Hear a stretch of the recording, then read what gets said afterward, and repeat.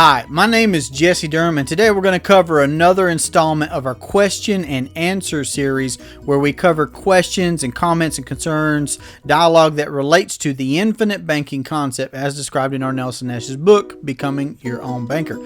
So let's dive right in with a comment that I got from a prospective client very recently who said that money earned was money spent. He actually said that in reference to a conversation that he had at work on his job with a fellow employee where they said that money earned is money spent. Now let's talk about that. We see in Nelson's book, Becoming Your Own Banker, first and foremost, the human problem, how he addressed the human problem. Things such as the arrival syndrome, Willie Sutton's law, the golden rule, etc. Now, the golden rule does apply, I would say. He who has the gold makes the rules, right? And if we are spending everything that we earn, and I've been there. I mean, I can remember very distinctly that I worked summers in my youth simply to be able to have the money for the hunting equipment that I wanted to buy, or dinner and movie money, gas to be able to put into a vehicle to take my then girlfriend, now wife, out to a dinner and a movie. So I understand that, but for sure, to put a quote on top of this, it's time to put away childish things, perhaps, and considering that, that vicious cycle of spending all that we earn, that's another principle that, once something has been enjoyed, it's actually becoming a necessity for us. Well, when income rises, normally spending rises as well, or even exceeds, right? We live in a world of credit now where you could go right past whatever it is that you earn. You can go right below zero. So for sure, that's something that has to be addressed. And I don't mean to tell you how to discipline yourself, but again, if you find yourself in that cycle and you realize that you want something different, rethink your thinking, like Nash would say. The thinking that you've thought so far has got you to where you're at now, myself included. I'm always looking to raise the lid on my level of thinking and leadership, and as a husband, as a father, and definitely specifically in this concept of the infinite banking concept. That first word is very important. It's not loosely put there. So let's rethink our thinking on how money earned is money spent. It for sure doesn't have to be that way. Now, on this channel in particular, we're not simply covering budgeting and other ways of looking at personal finance. It's the entire spectrum of how we normally, as a society, in this system as it is, in the view that we have abdicated the banking function in our life. So if we would just address our need for finance and realize that, sure, the disciplines of setting aside some capital, setting aside some money, setting aside some funds for our use later, being able to abstain from using everything right now, that has a benefit, but looking at the bigger picture of not just what we could be setting aside in savings, if that's what we decide to do, or what we could be setting aside for investing, if that's what we want to do. So not just a fraction of the cash flow that we experience, but really tracking the banking function on every dollar that comes through our hands. Again, the infinite banking concept. Who has control over the banking function in our lives? So there are some brief thoughts on addressing this contrast of a scenario where money earned is money spent, okay? Living hand to mouth, versus being in two different businesses, as Nash would say. If it's just a household that we're talking about, if there's a household with employees in it, and those employees have their job, their career that they're working and progressing in, and the income comes from those jobs, well, that's all fine and good. We have our expenses, but who controls the banking function for that household? So therefore, that second business, we'll call it a business, of financing that household can improve by implementing the infinite banking concept. So again, get back in Nelson's work, dive in on the information on this channel. If you're cognizant and conscious of wanting to move from money earned is money spent into becoming your own banker. Again, not giving the banking function to me or to a commercial bank or a third-party lender or anybody else, but you becoming your own banker, which is everything this channel is about, bringing banking back to the me and the you level. All right, another question that I got this week with a prospective client was that prospective client asking me, what did you mean by not doing business with banks, meaning commercial banks? And he continued to ask me, was that because they make so much money off of our money, and what other options are out there? Great questions. I appreciate it. That was a great conversation that we had, but for everybody else's benefit, I'll address that here. So when Nelson says in his book, he's got a handful of key principles, and one of them is don't do business with banks. We don't own, just think about this. Who owns that bank? There is somebody that owns that physical entity, okay, and everything that's housed therein, okay? Somebody owns that bank, and it's not us. So who receives the dividends, who earns, who controls, who sets terms, and all these other different things there. When we participate there, we've abdicated the banking function in our life to someone else. When we need to finance something, we go to a third-party lender or a commercial bank to be able to finance our homes, our cars, our college educations, our vacations, etc. So when I say don't do business with banks, when Nelson said don't do business with banks, he's saying consider not abdicating the banking function to a third party. What if you for your household, or you for your small business, you for your investing, you for your big business, you for your side hustle, your side gig, in any area where the banking function is taking place, and whether we recognize it or not, it is taking place.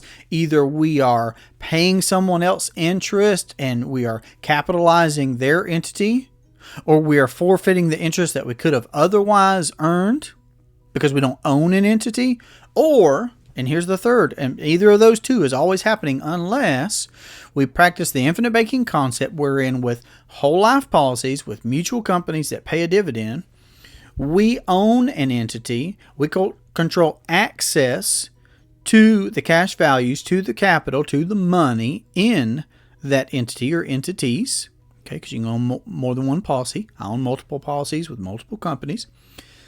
And we abstain from abdicating the banking function, and when we need to finance something for our home, for our business, for whatever, anything within our own financial footprint, we satisfy our need for finance because we have procured an entity, an asset that we own and control, wherein we can access the cash value or the funds therein for that need for finance, for those homes and vehicles and college experiences and vacations, weddings, etc. Whatever is in our financial footprint. So don't do business with banks because we don't own that, we don't control that, we don't benefit from that. We're jumping through the paperwork and the red tape and exposing ourselves to the slavery, the scrutiny, the subtleties of commercial banks.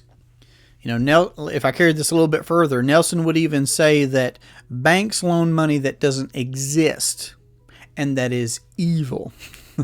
I know that's strong wording, but to address this question that was prompted to me, don't do business with banks. Why would you? Let's look at it the other way around. Why would you do business with banks? Do you own that bank?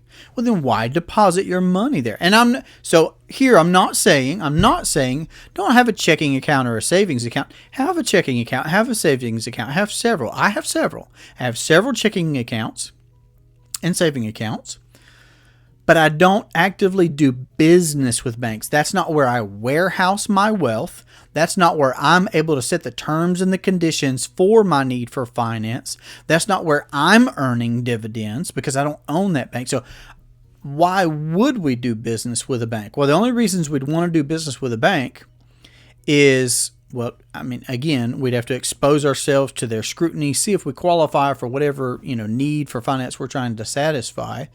Pay them interest, pay the capital back. So we're capitalizing someone else's system. We're paying interest to scale their system. And again, we've been loaned dollars that didn't exist prior. They've come out of thin air. All of that needs to be answered. If we're looking at the infinite banking concept, if we're asking ourselves, is this idea of becoming your own banker for me?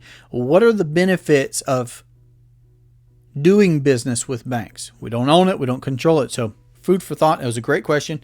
Sure, have a savings account. Sure, have a checking account to be able to write your checks and swipe your debit card, whatever you want that to look like.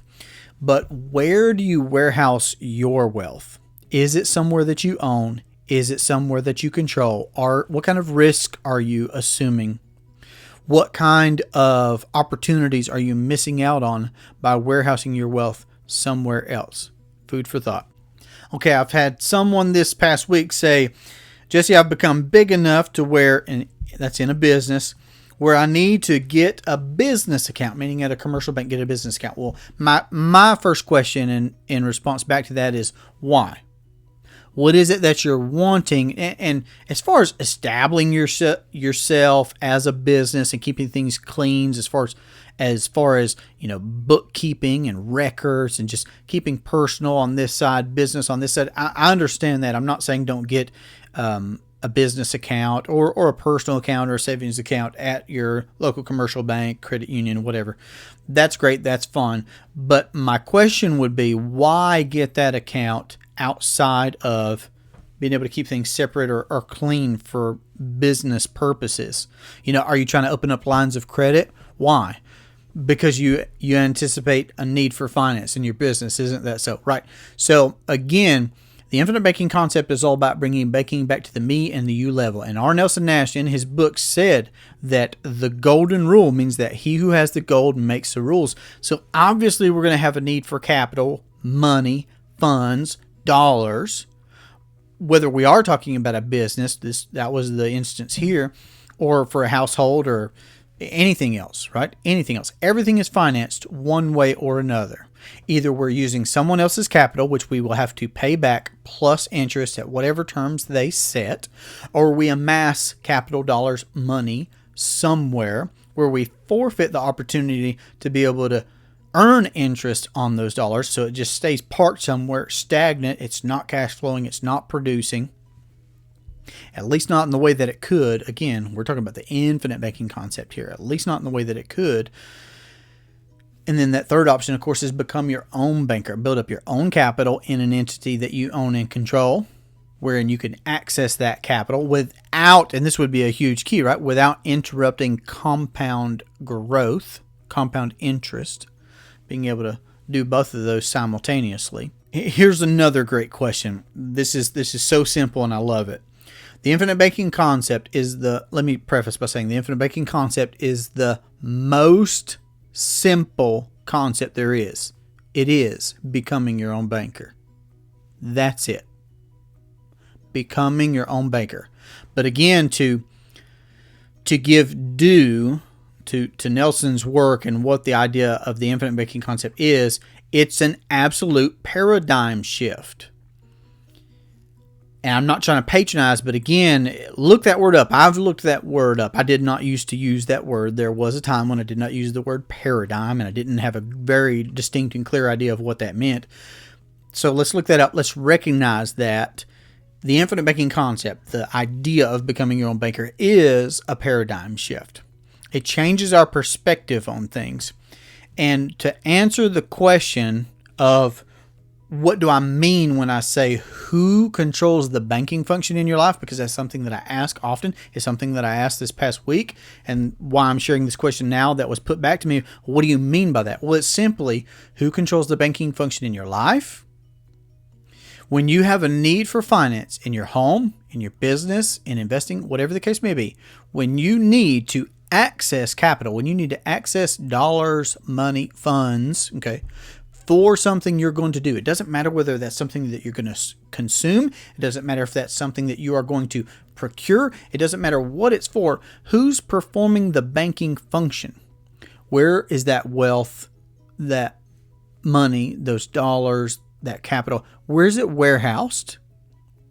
Who has access to it? Who has ownership to that entity? Who controls the terms for the flow of the money back and forth between you and that entity?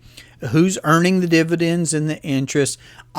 There's so many different things, right? That's where the infinite part of the infinite banking concept comes into play. But it's very simple too. If you wanted to finance something in your life, how are you going to do it? On credit with somebody else to whom you will be beholden? Or by abstaining from opportunities that you could earn on your own money if you're going to put money under the mattress or in a savings account or a money market account or somewhere where, yes, you could access it quickly, but I mean, what risk are you assuming? What loss of opportunity? What economic value added, EVA, are you missing out on? So what do I mean by who controls the banking function in your life? To whom are you beholden if you want to do something? Because I would support the idea that I would like to be beholden to myself, me and my household. You for your household, you for your own business. Okay, and that was the context here, was for business. So business owners, to whom are you beholden? If you want to procure a piece of equipment, if you want to scale your business, if you need to hire on new employees, how do you do that? Do you do that from your cash flow?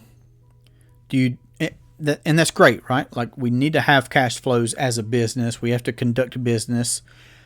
But who controls the banking function for that business? Do you have the funds available? And can you do more than one thing with your funds, right? Could you buy a piece of equipment and get it back? Do you have an entity, a system that you own and control where you could buy a piece of equipment and get that money back? Hire an employee and get that money back? Scale your business in some area and get that money back, or not? Or do you not have that? Here's another one. Jesse, I'm maxed out right now.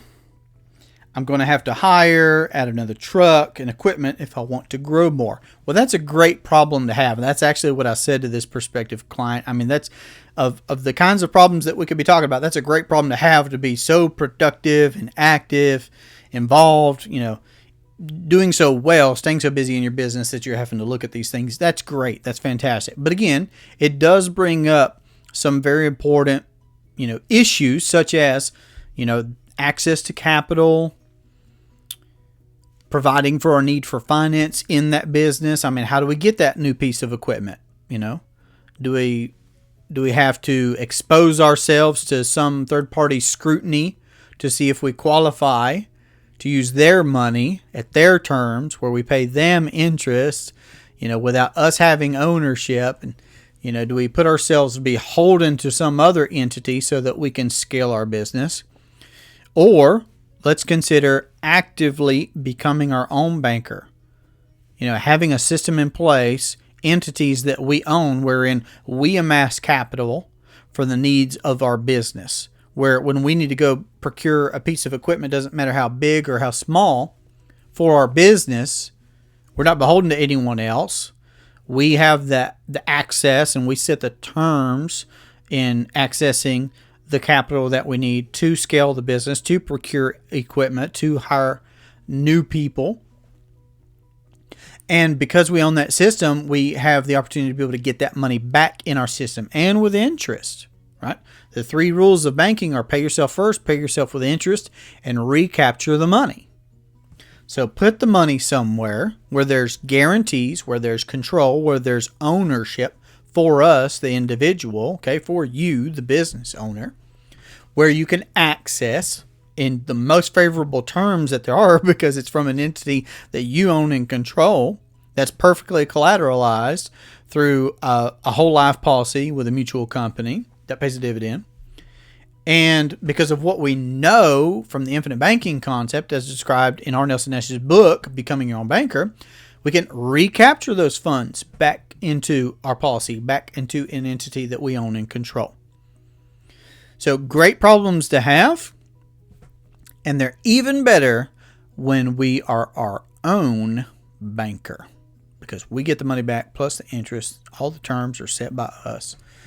The whole gamut, the whole spectrum of growing and scaling a business can be facilitated by practicing the infinite banking concept. And this same person actually went on to say that, if he kept with the current equipment that he had, if he kept having a nickel and dime it, that was his term, that he would be he'd be down. Equipment would be down. That means wasted time, effort, money missed out, earnings missed out, less clients that he would be able to provide service for.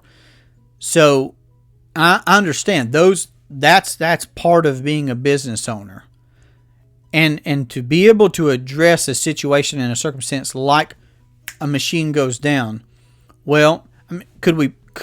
Maybe you can, right? If you're willing to submit yourself to the terms of a third party lender, could we have a business line of credit with somebody, or a personal line of credit with a third party lender or a commercial bank?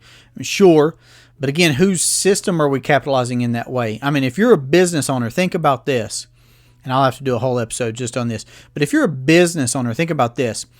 When you have a line of credit with a commercial bank, or you take a loan from a commercial bank, and I'm not telling you not to, I'm asking you to consider this idea. You're using the bank's money, kind of. Let's not go too deep in the rabbit hole. That money's probably come out of thin air. Okay? For every dollar that we deposit, physical dollar that we deposit into a bank, multiples of that dollar can be loaned back out from that bank. Well, let's leave that point alone for right now to say when we do use lines of credit or loans, etc., from a commercial bank, whose business are we really capitalizing?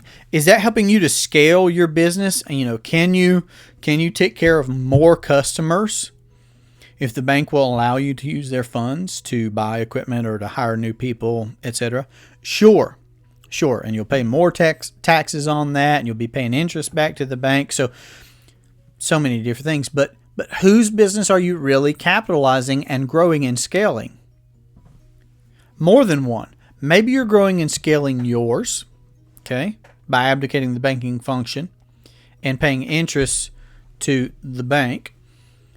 But what does that do for the bank? That means they have more dollars to be able to make more loans, okay, and they are making 3- and 4-figure returns, okay, 3- and 4-figure returns on every dollar that we deposit there. There's so much here. That was such a great question. It was such a good conversation that I had in person with this gentleman. I wish him the absolute best in his business. He had a lot of great things going on from the sound of it. But what Nelson said is so very true. No matter what industry you're in, what business you're in, if you're in that business and you're showing up on time and you're returning phone calls and you're doing master craftsmanship, okay? But if you also provide for the banking function for your business, you will beat out the competition. Nobody will be, financially speaking, they won't be able to hold a candle to you. If you get to work at the speed of procuring equipment, hiring new folks, all of the growth of a business within your own privatized banking system, there's something to be said, right, about the stress involved in dealing with banks, the time involved in dealing with banks, the interest that's being paid to banks. If you dare, look at what you may have paid in interest last year for what you financed in your business to an entity that you don't own and control. I'm just saying, I've done it. I've made my errors along the way. I've learned plenty of things the hard way. I've probably made every mistake that there can be, just in general finance, but also in the infinite banking concept as well.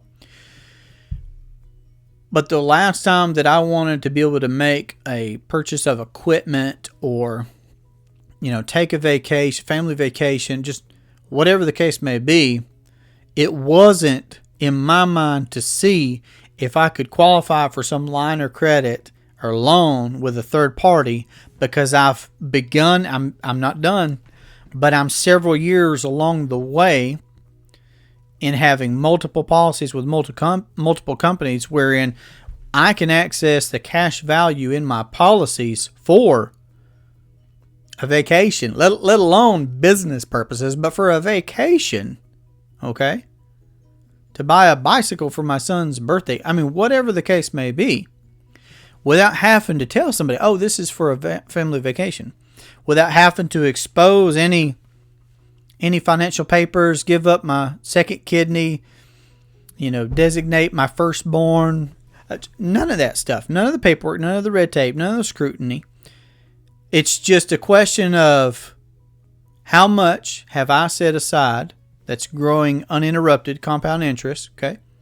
And how much of that do I want to be able to access now?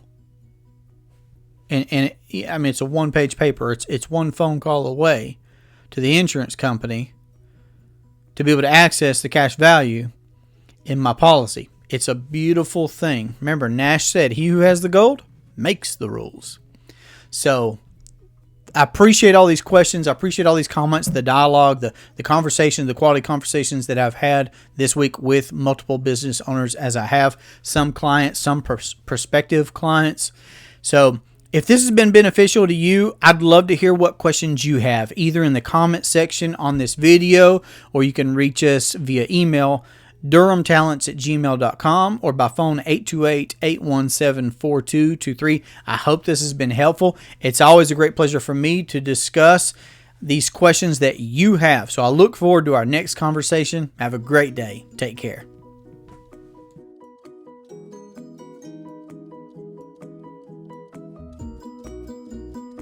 Hi, my name is Jesse Durham, and we're going to be covering another episode in our question and answer series. So again, let's get that out of the way. That's what let's do.